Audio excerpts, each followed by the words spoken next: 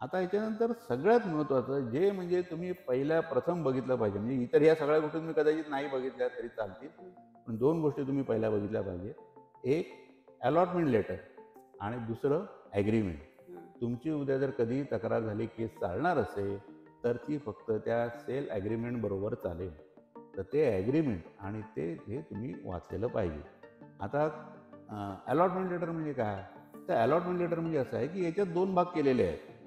10% payment जे आहे त्याच्यामध्ये त्यांनी ॲग्रीमेंट नाही केलं तरी चालेल.